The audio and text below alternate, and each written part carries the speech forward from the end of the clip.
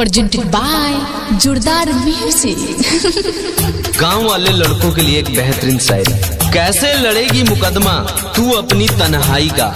गौर फरमाइएगा, एक लड़के ने कहा कैसे लड़ेगी मुकदमा तू अपनी तन्हाई का। तेरे गांव का हर एक खेत गवाह है तेरे जबरदस्त जुदाई का।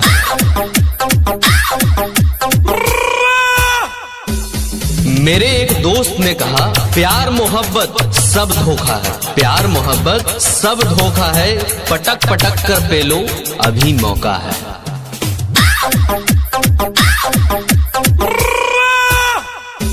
चूत और दूध कभी खराब नहीं होती, चूत और दूध कभी खराब नहीं होती, दोनों को जितना गर्म करो उतना ज्यादा मजा आता है।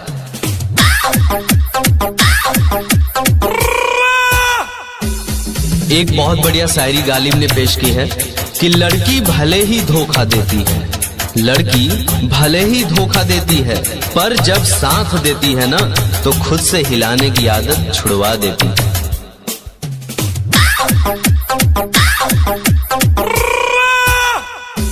चाइनीज मोहब्बत थी साहब टूट कर बिखर गई, चाइनीज मोहब्बत थी साहब टूट कर बिखर गई, पर लंड हिंदुस्तानी था, साला टाका भिड़ा के दूसरी को चोट दी।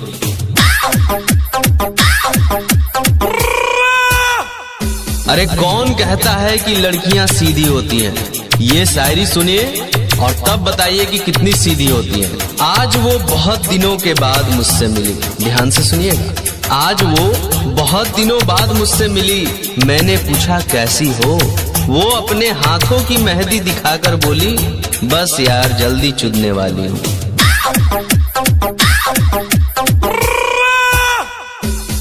मिली बहुत सजा उनसे दिल लगाने की, मिली बहुत सजा उनसे दिल लगाने की, नजर लग गई हमारे प्यार को जमाने की। कब्र से निकले हुए दोनों हाथ कहते हैं बस आरजू रह गई उसकी चुच्चियां दबाने की।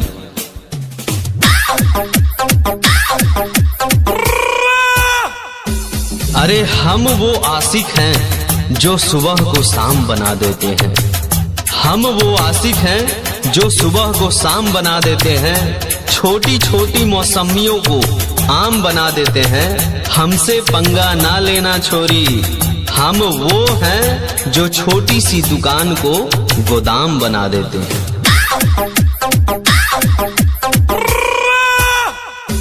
चांद देखकर सितारे बने, चांद देखकर सितारे बने, आसमान देखकर बादल बने, और नदी देखकर किनारे बने, आपके कारनामे को देखकर कॉन्डम के कारखाने बने।